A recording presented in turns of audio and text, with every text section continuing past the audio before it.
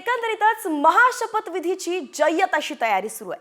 आज संध्याकाळी 5:30 वाजता हा शपथविधी होणार आहे। मुंबईच्या आझाद मैदानात हा शपथविधी सोहळा पार पडेल।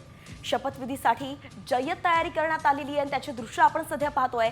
पोलीस अधिकाऱ्यांनी सुद्धा आझाद मैदानाची पाहणी केलेली आहे, तर विनोद तावडे आणि प्रवीण दरेकरांनी सुद्धा आझाद मैदानात पाहणी केलेली आहे। एकंदरीतच आपण पाहतोय गेल्या 2 दिवसांपासून महायुतीचे अनेक नेते आझाद मैदानावरती येत आहेत। कशी तयारी सुरू आहे, सगळी सोय सुविधा व्यवस्था आहे का याची पाहणी करतायत। आणि यावेळी शिंदे गटाचे नेतेही दिसले, भाजपचेही नेते दिसले, तर राष्ट्रवादीचे अनेक नेते या ठिकाणी दिसले। माध्यमांशी संवाद सुद्धा त्यांनी साधला आणि पुन्हा एकदा 5 वर्षांसाठी आपण सत्ता स्थापन करणार असल्याचा विश्वास त्यांनी व्यक्त केला। आणि त्यामुळेच सगळ्यांचं लक्ष आजच्या या शपथविधीकडे लागलंय।